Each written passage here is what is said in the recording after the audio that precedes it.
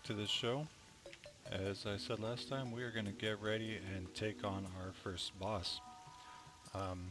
It's entirely up to you what kind of um, build you want to use. Let's see if I can't save his life. Nope, I can't. Yeah, it's entirely up to you what kind of build you want to use. Whether you want to use melee attacks, or ranged attacks, or spells.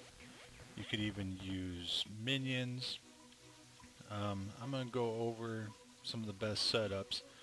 But in general, you want the Philosopher's Stone. I have combined mine with a Band of Regeneration to get this Charm of Myths. What it does is provide life regeneration and reduce the cooldown of healing potions. Very good. I also wanted to show you that we no longer need this cloud in a balloon. We're basically flying anytime we go airborne, so it's completely unnecessary. So I'm going to store that somewhere. So on top of that, you want to keep your shield handy. That'll keep you from getting knocked around. You need your Spectre boots so you can run fast. And I've got this Anklet of the Wind, increases overall movement speed, another good one. This would probably be the first one that I traded out for something else, which is probably about to happen because I found my cross necklace. It took me another 30 minutes or so of killing those mimics, but I finally found it, and you can combine it with a star cloak. To be completely honest, I do not remember where I found the star cloak. I think it's something you find in the up in the floating islands, but I could be wrong. I'll put a note once I figure out the correct answer for that.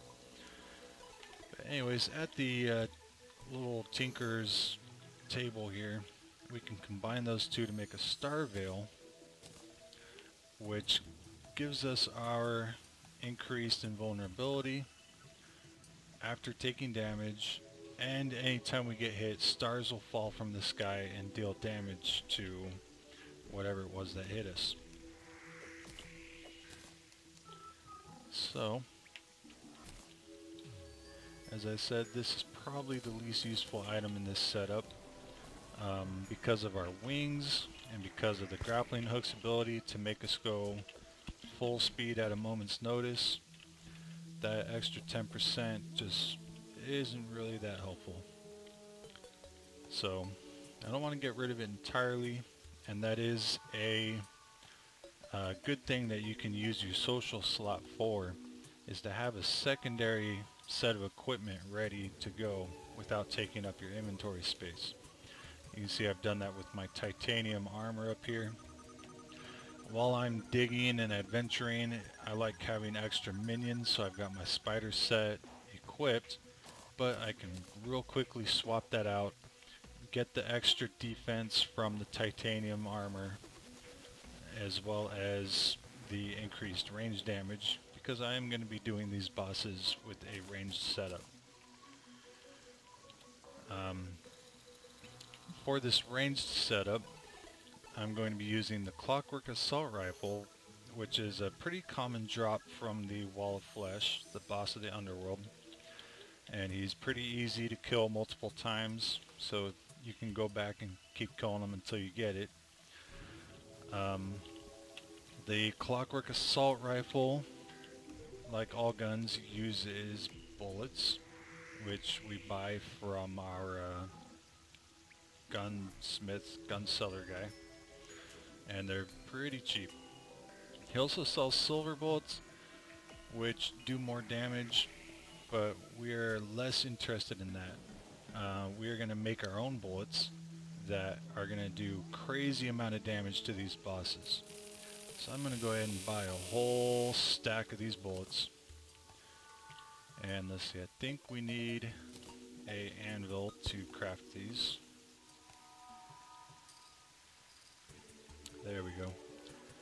Alright, so 100 musket balls plus 1 crystal shard gets you 100 crystal bolts.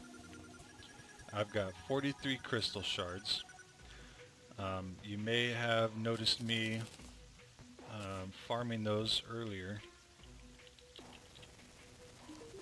Let's buy one more bullet so that we can use that all up. There we go. Right, so you may have noticed me mining those crystal shards. They spawn in the underground hollow.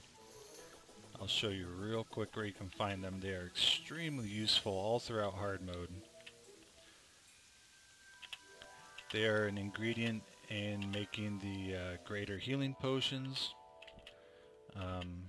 as well as crafting some of the spells and some of the best bullets that you can get in the game, the crystal bullets.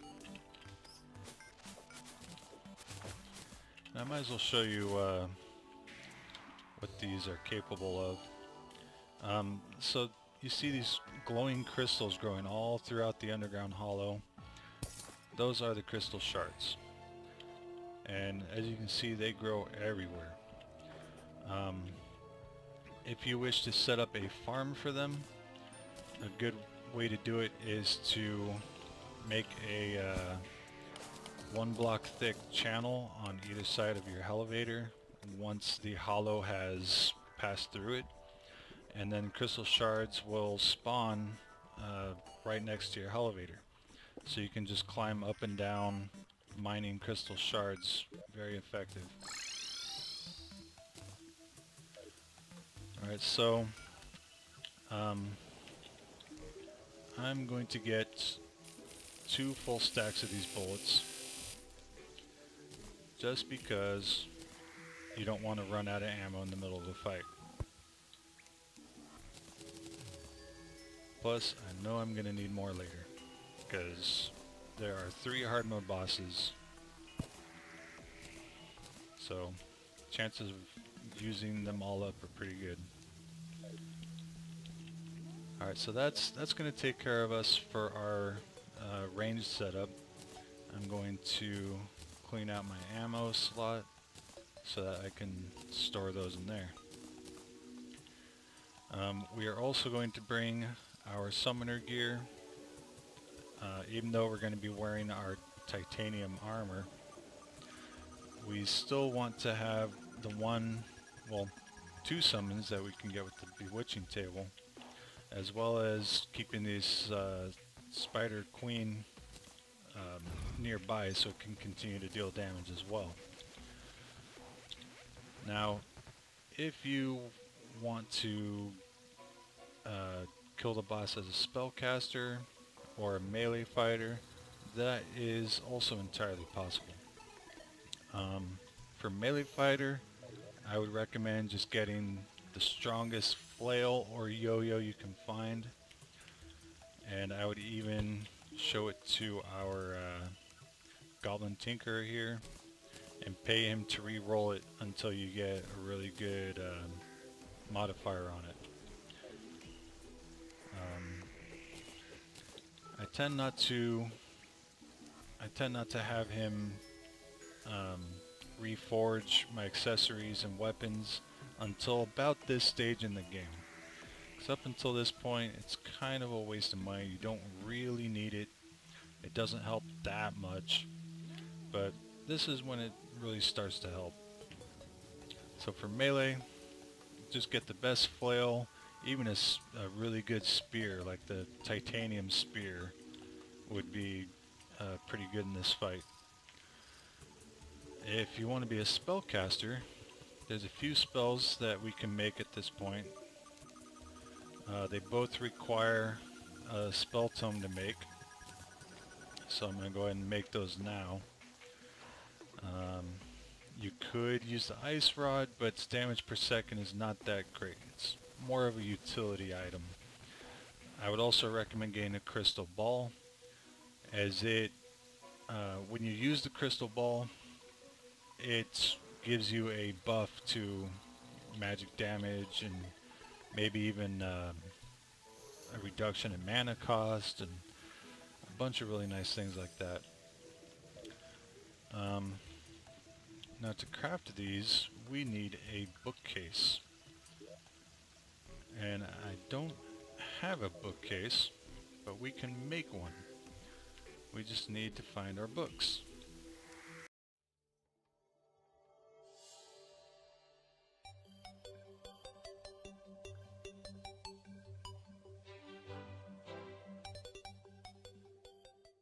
Well, I can't seem to find my books, but we can go get a bookcase in the dungeon. The dungeon has all kinds of furniture. I'm pretty sure, yeah, dungeon's to the left. So we're just gonna head on out that way and grab a bookcase real quick. There we go. There's a bookcase. Looks like when I was here I didn't collect all the books like I usually do. You know, hindsight. Alright, so we got our bookcase. Let's get out of here.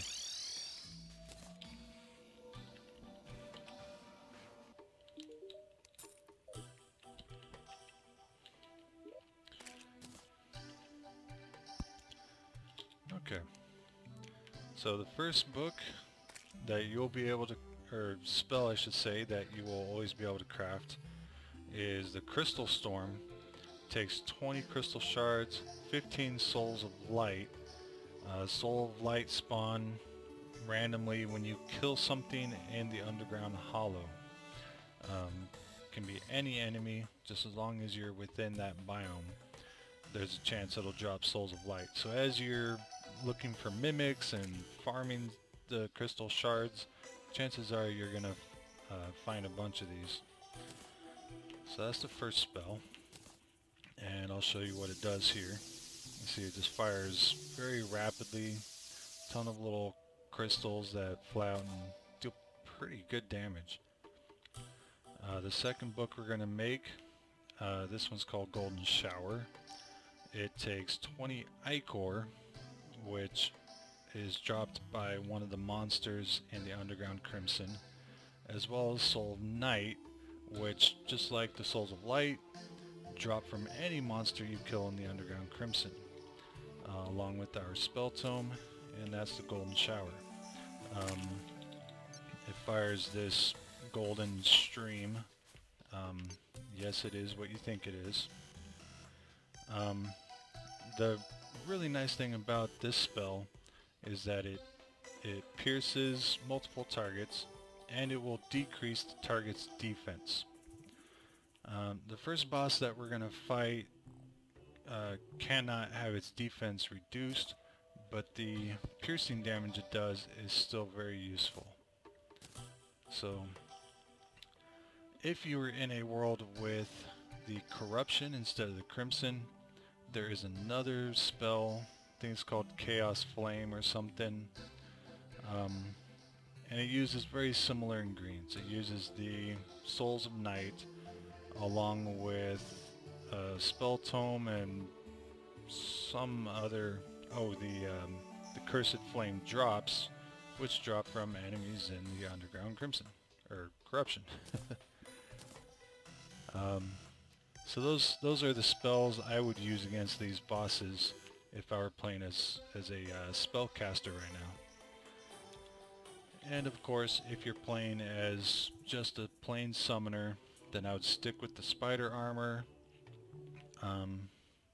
and use your strongest summons along with any other kind of weapon you feel like.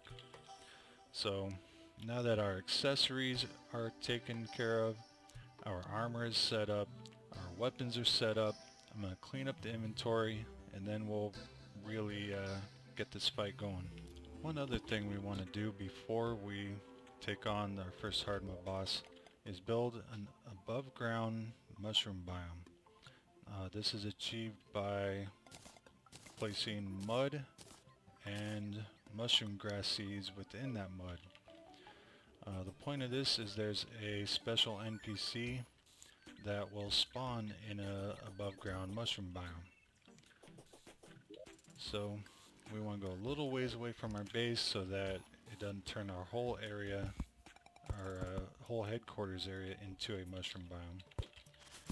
And I like to put it up in the air a little ways.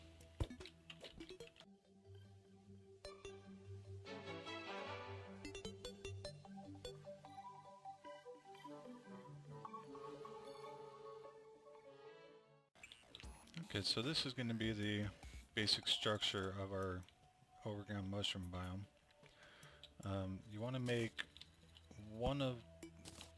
some part of it into a livable room. So I'm just going to put a door, table, chair, and a wooden back wall to this little corner here. And this will give a place for our NPC to move into. So now, to turn this mud into a mushroom biome, we just need to plant our mushroom grass seeds in strategic places around this structure. I like to put them in the corners and at the major intersections. And the mushroom grass will spread from those initial spots. Alright, so now I'm just going to put some platforms. Well, actually before that, I'm just going to seal it off. I will cut this away and put platforms later, but having everything interconnected will help the mushroom grass spread faster.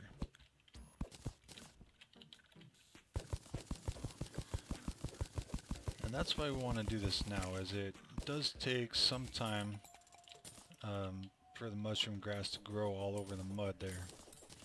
So we want to get that cooking early so that by the time we need it, it's all ready to go. So I'm also noticing that a lot of my accessories don't have any modifier at all. So I'm going to have our goblin friend reforge those just to have something.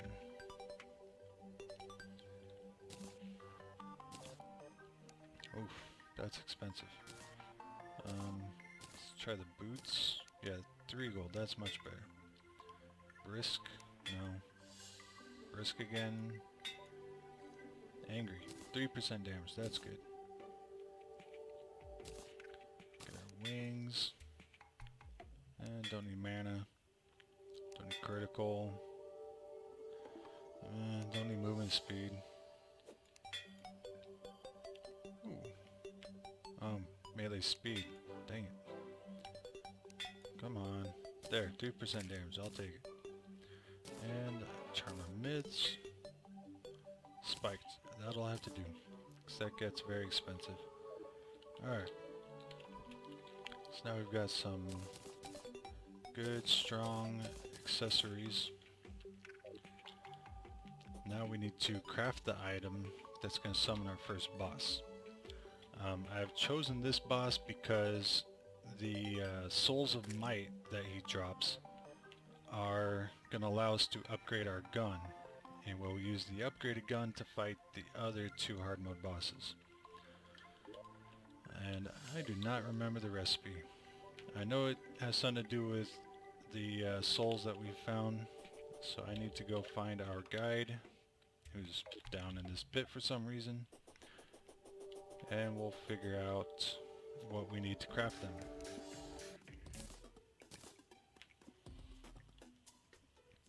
There it is.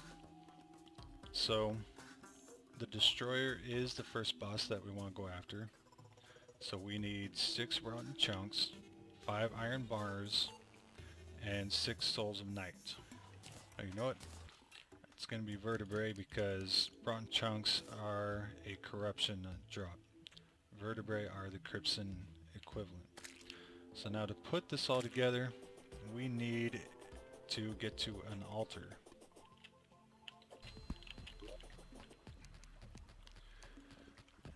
Maybe it's a anvil thing. Yep, it was an anvil thing. Okay.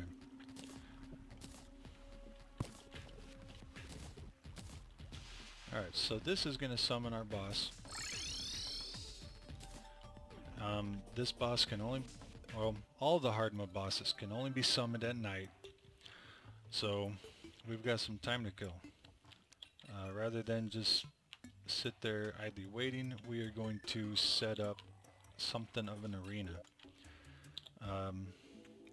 For this boss in particular, we want to stay mobile, so we don't need the wooden platforms anymore because the wings allow us to fly pretty easily. If you were going to fight him as a melee character, then I would recommend setting up something of a tower to fight him in, just to limit the number of attacks that can reach you. But since we are not fighting him as a melee character, we want to stay mobile so we can move and dodge and stay out of his reach. If you are not a melee character, this is a highly mobile fight. You're going to cover a lot of ground. And so what we want to do is craft a few items that are going to give us constant health regeneration.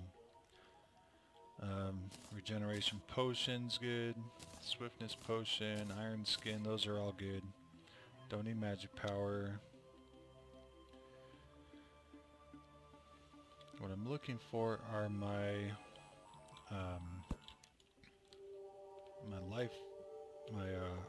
heart crystals, whatever they're called.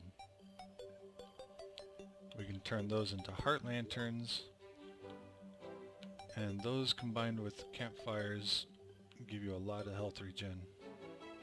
100 potion is good for this fight, as you'll discover why in a few minutes.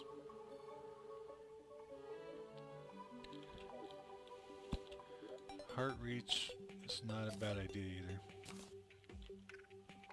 Then again, I'd rather save it for a harder fight.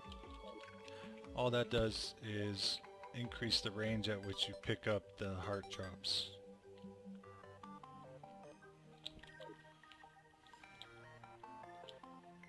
Ah, that is a gold bird. If we can catch that, we can sell it for a lot of money. Every type of animal has a gold variant that rarely will spawn. It's worth going out of your way to grab it. They don't do anything different other than that they sell for a lot of gold. I think we're going to need some bottles.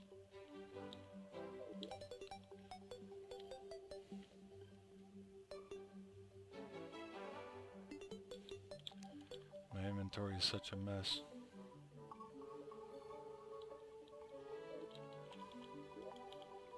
There they are. Let's make 2 of them. And I believe this is an anvil. No. Workbench. Star in a bottle. Am I missing something?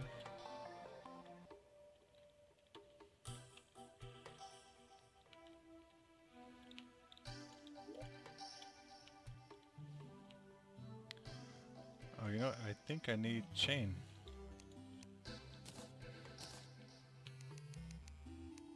Okay. Has nothing to do with bottles. Life crystal and 4 chain makes a heart lantern. So we're going to take 2 of those. And we're going to make 2 campfires. And we need to designate a battlefield. This will work.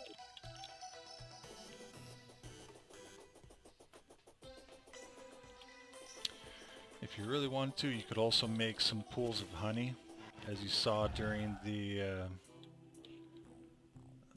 fight with the queen bee. The pools of honey are very useful for adding to your health regen. I don't think that's really necessary for this fight though.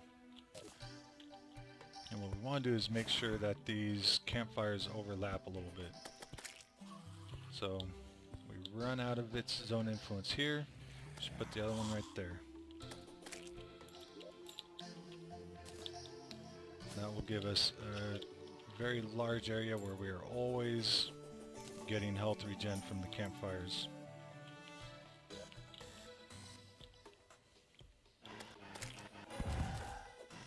And for the heart lanterns, you can just put them underground like that.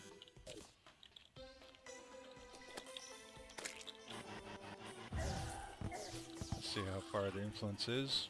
Looks about the same as the campfires. So, a better idea would be to put them near the campfire.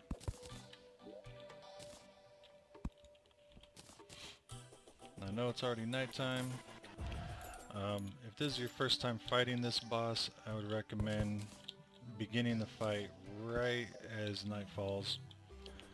But I'm confident that I still have time to kill it. So we have our life regen in place. I'd say we are ready to go. So I'm gonna take all of our buff potions and summon this thing.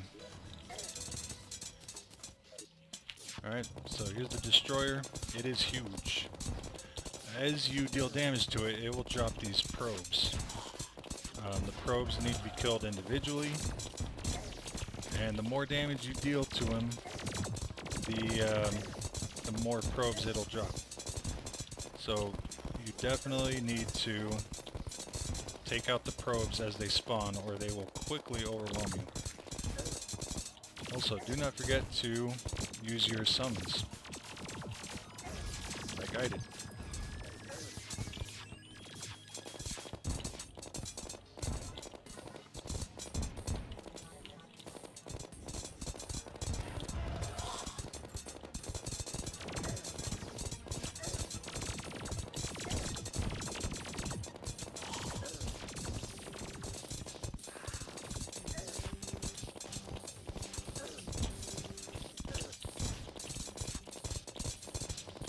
You can also see where the hunter potion comes in handy, as we can see exactly where this boss is even when it's underground.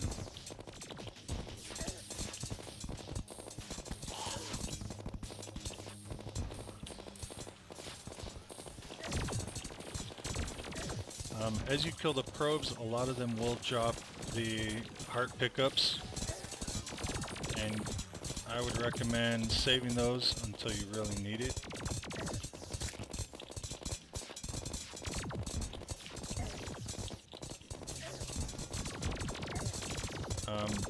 Use a potion first, and once you have used a potion, then as needed you can grab the hearts and heal that way.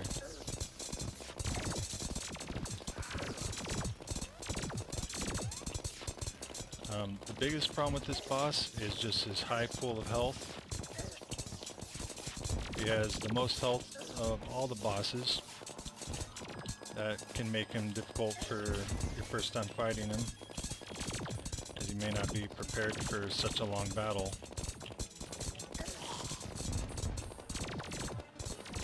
But we brought plenty of ammo. We're doing plenty of damage to him. It's just a matter of time. We just have to focus on minimizing the damage we take and just keep the pressure on.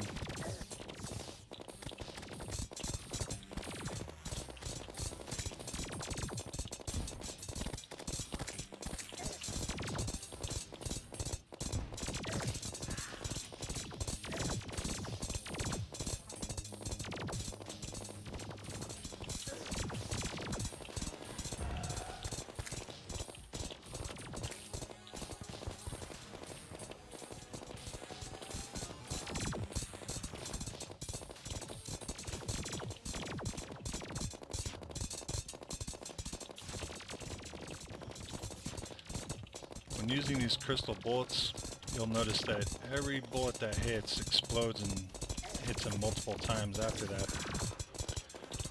Also, if we manage to hit him in the, you can see where he's overlapping there. If we hit him right in the middle of that intersection, we can hit both segments of his body and deal extra damage.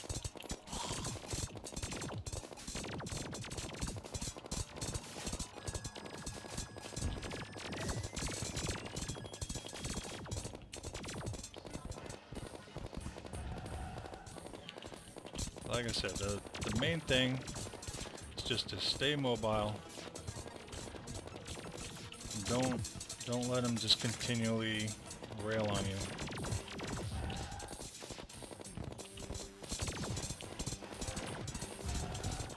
Don't forget to manage the probes as they spawn in.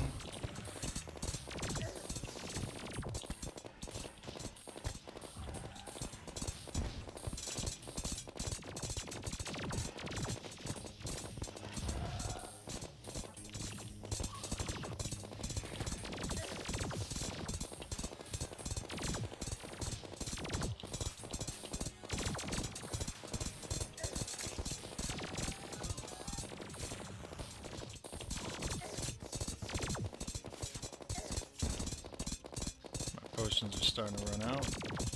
That's okay.